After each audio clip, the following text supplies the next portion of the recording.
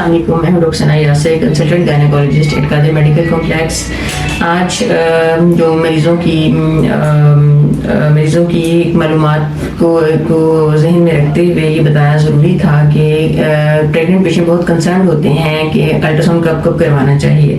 کچھ مریضوں کو لگتا ہے کہ ڈاکٹر بہت جلدی الٹرا ساؤنڈ کرواتے ہیں، اور کچھ مریض ایسے ہوتے ہیں جن کو خود ان کی ریکوائرمنٹ ہوتی ہے کہ جلد سے جلد الٹرا ساؤنڈ کروائیں تاکہ وہ اپنے بچے کے بارے میں ان کو مکمل معلومات ملتی رہیں۔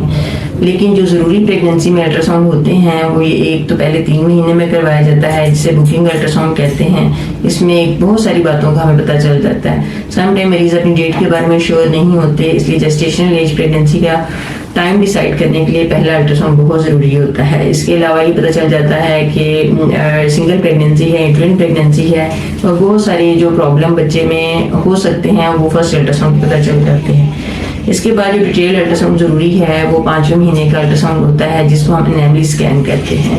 یہ الٹرا ساؤنڈ اس لیے بہت امپورٹنٹ ہے کہ اس میں بچے میں بہت سارے پرابلم، جن بچوں میں کوئی پیدائشی طور پہ کوئی بناوٹ میں نقص ہو سکتے ہیں، وہ ہم اس الٹرا ساؤنڈ سے پتہ لگا سکتے ہیں۔ اس لیے اب ٹائملی یہ ڈیسائیڈ کر سکتے ہیں کہ کیا اس پریگننسی کو کنٹینیو کرنا چاہیے یا نہیں۔ اس لیے 5ویں مہینے کا الٹرا ساؤنڈ بہت ہی ضروری ہوتا ہے۔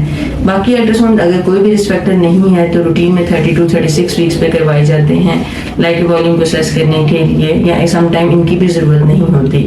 لیکن جن مریضوں میں کوئی رسک فیکٹر پائے جاتے ہیں، جن میں شوگر ہے، بلڈ پریشر ہے، یا کوئی بھی میڈیکل ڈس آرڈر ہے جس سے بچے کی گروتھ کو پرابلم ہو سکتا ہے، ایسے مریضوں میں ہم 28 ویکس کے بعد گروتھ اسکین سٹارٹ کر دیتے ہیں، جو 2 to 4 ویک ہی کروائے جاتے ہیں۔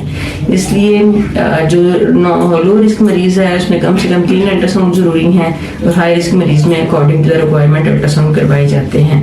لیکن الٹرا ساؤنڈ کی ریزز کا ماں اور بچے کے اوپر کوئی اثر نہیں ہوتا، یہ بالکل سیف ہوتی ہیں۔ Thank you.